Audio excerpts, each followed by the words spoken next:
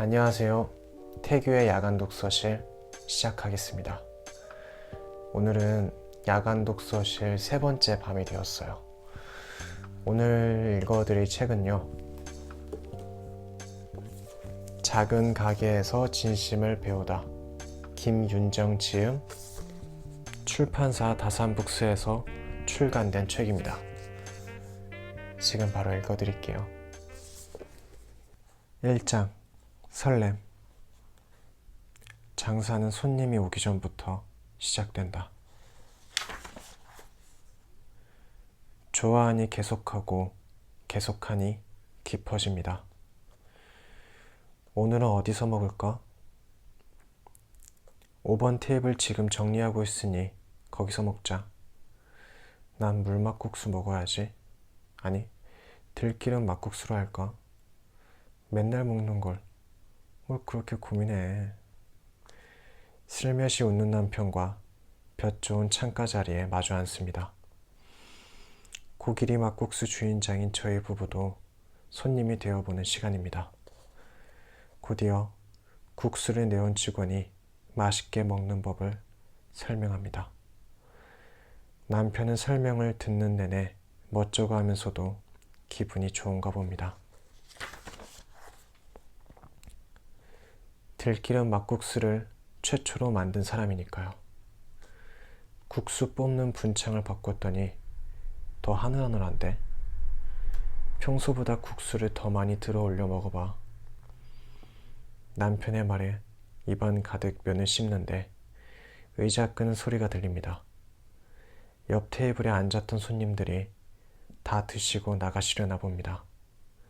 처음 본 손님이든 자주 오는 손님이든 다 우리 집을 찾아주신 손님인데 제가 가만히 앉아 막국수만 먹고 있을 순 없죠. 국수를 마저 다 삼키지도 못한 채 엉거주춤 인사를 드립니다. 그러면 손님들은 카운터에서 인사드리는 것보다 어째 훨씬 더 좋아하십니다. 사장님도 우리처럼 막국수 드시네. 안 질리세요? 네, 안 질려요. 너무 맛있어요. 민망하지만 솔직한 제 마음을 말하고 말았습니다. 막국수를 좋아하는 저와 남편은 1년에 280번은 막국수를 먹습니다. 1년에 300일 정도 영업을 한다고 해도 정말 많이 먹죠. 그런 저희를 보고 손님들이 놀라는 것도 이해합니다. 보는 것만으로도 너무 질려서 아예 입에도 대지 않는다는 식당 사장님들도 계시니까요. 이렇게 거의 매일 막국수를 먹는 이유는 두 가지입니다. 하나는 그저 막국수가 좋아서입니다. 좋아하니까 막국수 생각만 하게 되고 생각에 생각을 더하다 보니 어느새 막국수를 만들게 되었습니다. 좋아하니까 막국수 장사를 한다. 이것이 저희에게는 너무나 자연스러웠죠. 만약 제가 좋아하지도 않는 음식을 손님에게 권해야 한다면 얼마나 괴로울까요? 제가 먹었을 때 도통 맛이 없는 음식을 맛있다고 팔아야 한다면 얼마나 힘들었을까요? 좋아하는 음식이니 손님에게도 권할 수 있고 제가 먹어도 맛있는 만큼 자신 있게 팔 수 있습니다. 막연히 좋아하는 것에서 그치지 않고 특히 어떤 점을 좋아하는지를 세세하게 들여다보았던 것도 중요했습니다. 어떻게 하면 내가 좋아하는 것을 남들도 좋아하게 만들 수 있을지 조금씩 터득해 나갈 수 있었거든요. 제가 맛본 막국수의 느낌을 하나씩 전함으로써 손님들이 맛있다고 눈을 반짝이는 순간이 짜릿합니다. 다른 사람들도 막국수를 좋아하게 되는 것을 보면 말로 표현하기 힘든 기쁨을 느낍니다. 막국수를 먹는 것만으로도 좋은데 이런 기쁨까지 안겨주니 매일 먹을 수밖에요. 다른 하나는 그날의 막국수를 평가하기 위해서입니다. 어제와 오늘의 막국수 맛이 일정한지 손님 입장에서 끊임없이 맛보고 테스트합니다. 새로 들어온 고춧가루가 맵던데 숙성한 양념장은 좀 부드러워졌는지, 간장을 몇 cc 더 넣었는데 혹여나 간이 확 세진 것처럼 느껴지는지, 염도계로 측정되지 않는 수치 사이에서 육수의 간이 세밀하게 달라지진 않았는지, 매일 생길 수밖에 없는 미세한 살 차이조차 더 줄일 방법을 고민합니다. 국수집에 오는 손님 중 아기 엄마를 유심히 보게 된 것도 그 때문입니다. 아이를 돌보다 보면 막국수가 나와도 항상 일행과 같이 먹지 못하고 가장 늦게 먹기 시작합니다. 그분들을 위해 막국수를 조금 천천히 먹기 시작했을 때의 면 상태까지 체크합니다. 맛 자체뿐만 아니라 손님의 상황을 고려해 최상의 맛을 보여드리고 싶은 마음입니다. 이때만큼은 우리 음식이 무조건 최고라는 생각에서 벗어나는 시간입니다. 이 정도면 됐다라는 생각에서 멈춘다면 정지가 아니라 퇴보와도 같죠. 어제보다 조금 더 맛있는 음식을 손님께 내드리려는 마음으로 매일 조금씩 노력하다 보니 국수집을 낸 지 어느덧 9년이 다 되어갑니다. 8테이블로 시작한 작은 가게는 이제 곱절 남짓한 규모가 되었지만, 그때부터 함께했던 가구들만은 세월의 덮개가 앉은 채로 변함이 없습니다. 시어머님이 이 가구들을 물려주실 때 그 흔한 대박나라 이런 말씀은 하지 않으셨습니다. 다만 오래가는 집이 되렴 하고 말씀해 주셨죠. 당신의 빛나던 젊은 시절부터 오래 곁에 두었던 가구를 주시며 저희 앞날에도 그렇게 오랫동안 좋은 일만 있기를 빌어주셨습니다. 그런데 주위를 돌아보면 오래가는 것의 가치가 점차 퇴색되는 듯합니다. 새 아이템이 뜬다 싶으면 금세 퍼지고, 죄다 소비되었다 싶으면 또 다른 것이 그 자리를 차지합니다. 그런데도 많은 사람이 대박을 꿈꾸며 유행을 쫓습니다. 물론 그 길로 가면 안 된다고는 말할 수 없습니다. 하지만 해를 거듭할수록 식당을 한다는 것의 가치는 얼마나 오랫동안 지속할 수 있느냐에 달려있다는 생각이 점점 뚜렷해집니다. 오래가는 생명력을 지닌 식당을 하고 싶습니다. 세상의 이치가 그렇듯 생명력이라는 것은 본질에 다가갈수록 강해지겠죠. 맛의 근본에 이를수록, 다른 사람의 마음에 가닿을수록 어떤 큰 위기가 닥쳐도 손님들의 귀한 선택을 받으리라 믿습니다. 수십 년, 수백 년이 지나 언제 들어도 좋은, 오래도록 사랑받는 음악처럼요. 조금 멀리 돌아왔지만 오래 하려면 진심이어야 한다고 말하고 싶습니다. 정말 좋아하기에 묵묵히 할 수 있고 꾸준히 하다 보니 깊이가 더해지는 순간이 오더군요. 지금의 모습에 이르기까지 오랜 시간이 걸렸지만 하루에 한 그릇을 팔던 그 시절부터 지치지 않고 저희의 진심을 전했습니다. 그러다 보니 음식의 내공도 손님들과의 인연도 깊어졌습니다. 그리고 그 깊이에 한 번이라도 빠져본 손님들은 감사하게도 우리가 이 일을 지속할 수 있도록 진심을 되돌려 주셨습니다. 좋아하는 음식을 늘 먹을 수 있어서 좋습니다. 언제 보아도 반가운 단골 손님들과 오래도록 막국수를 먹고 싶습니다.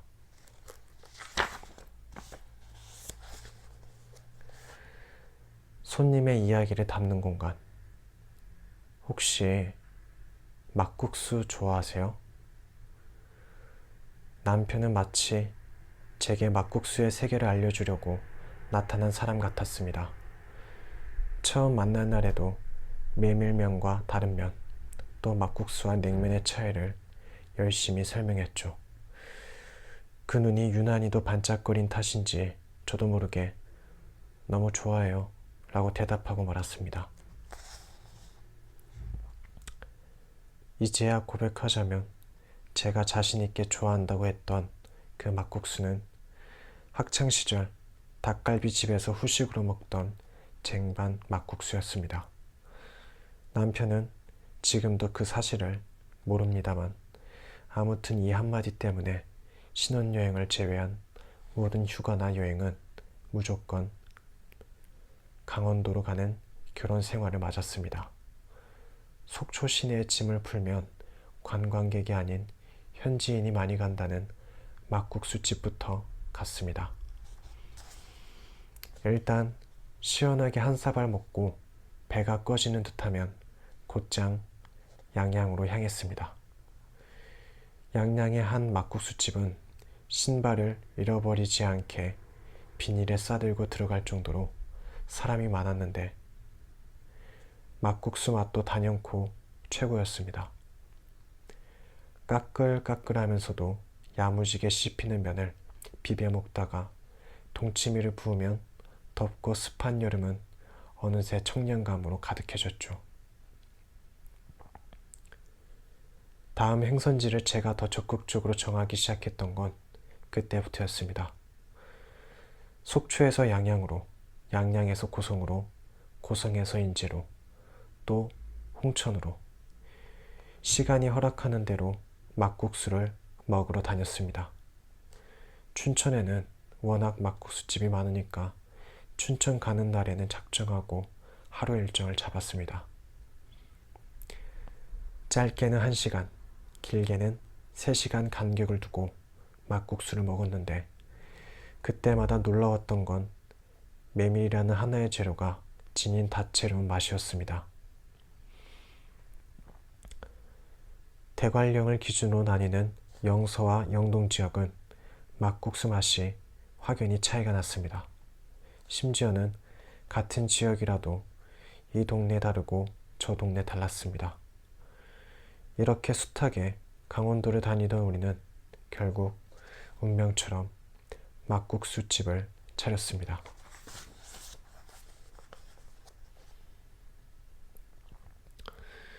사실 국수집을 시작한 것은 생계 때문이었습니다. 국수를 팔아 얼마라도 남았으면 좋겠고 그저 남은 돈으로 우리 아이들하고 걱정 없이 먹고 살았으면 좋겠다고 생각했죠. 그러다 보니 손님이 오면 음식을 만들어서 내고 돈을 받는 일이 기계적으로 반복될 뿐이었습니다. 하지만 점차 막국수만 팔 수는 없다는 생각이 강해졌습니다. 가만히 보니까 그 국수 먹는 사람들이 눈에 들어오더라고요. 저희도 주인이기 전에는 꽤 오랫동안 손님이었으니까 자연스레 갖게 된 마음이었을 겁니다.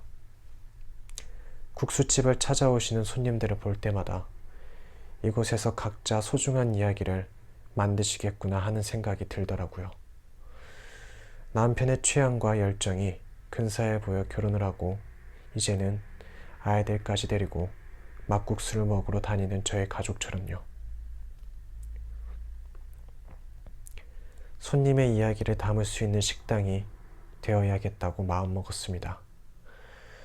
그러기 위해선 먼저 손님의 이야기를 경청해야 했습니다. 손님 중에는 5만 그릇을 내려야만 교체하는 국수틀에 미세한 차이를 알아차리는 꼬장꼬장한 어르신, 햇 고춧가루로 만든 양념장으로 비빔막국수를 내기 시작한 때를 감지하는 손님, 국수 내릴 때 폴폴 퍼지는 햇 메밀향까지 기가 막히게 맡아내는 단골분들이 계십니다.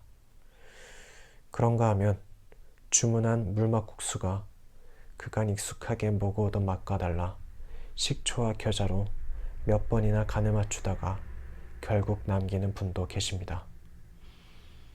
한편 춘천 막국수처럼 부드럽게 삶긴 면이나 갓김치를 턱턱 올려 싸먹는 영동 지방 막국수의 알싸한 맛을 좋아하면서도 가끔 우리 집 막국수 맛을 기억하고 찾아주시는 분들도 계십니다.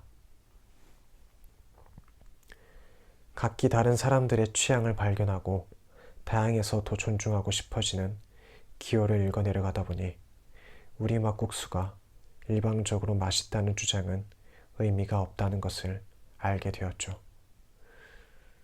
저희는 강원도 곳곳을 누비며 우리가 추구하는 맛의 본질을 찾고자 노력했습니다.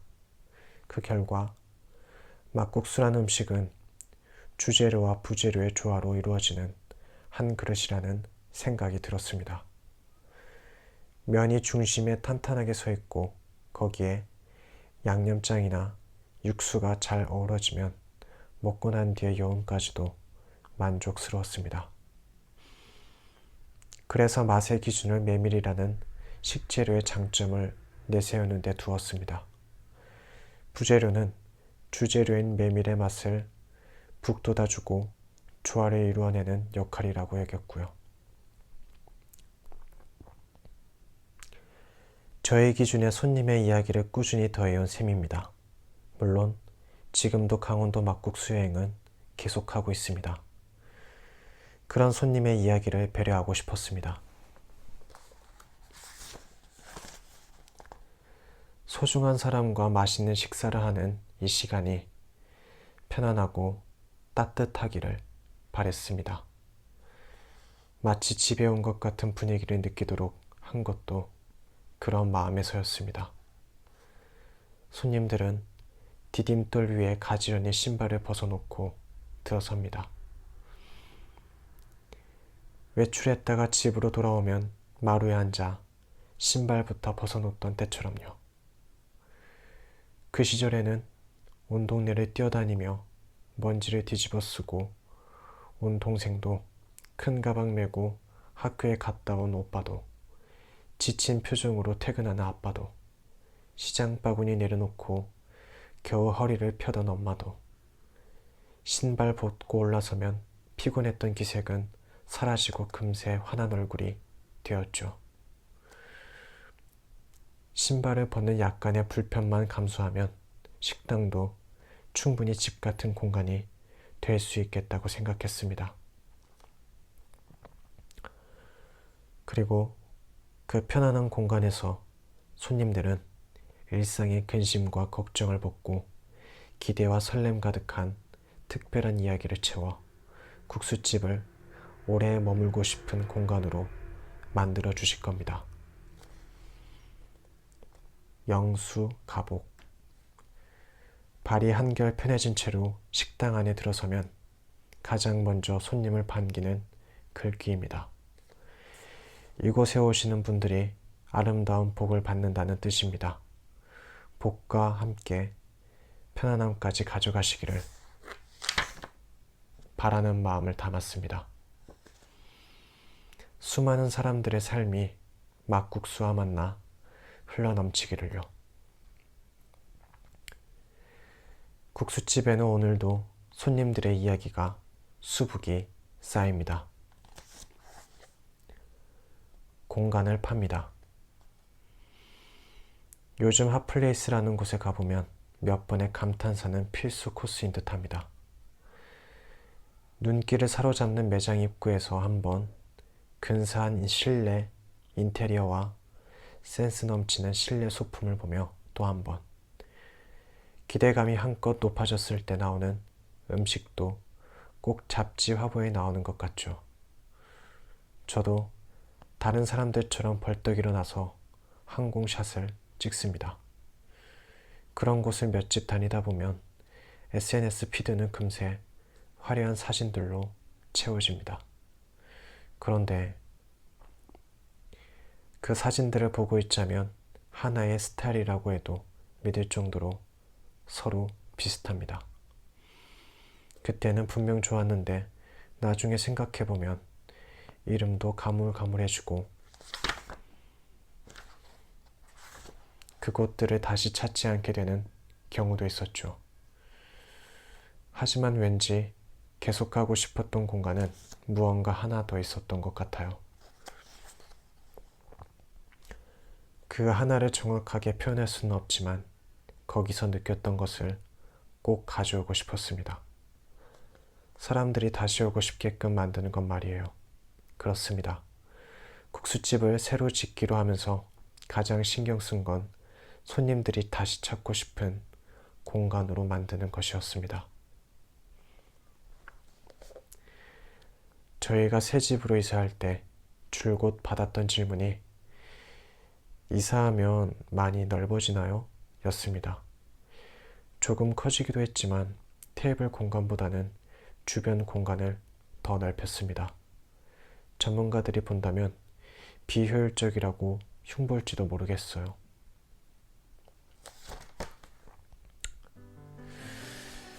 작은 가게에서 진심을 배우다. 오늘 독서는 여기까지입니다. 다음에도 좋은 책과 함께 돌아오도록 할게요. 그때까지 편안한 밤 되시고요. 기분 좋은 꿈 꾸시고 아침에 일어나면 아침밥 챙겨 드세요. 그럼 안녕.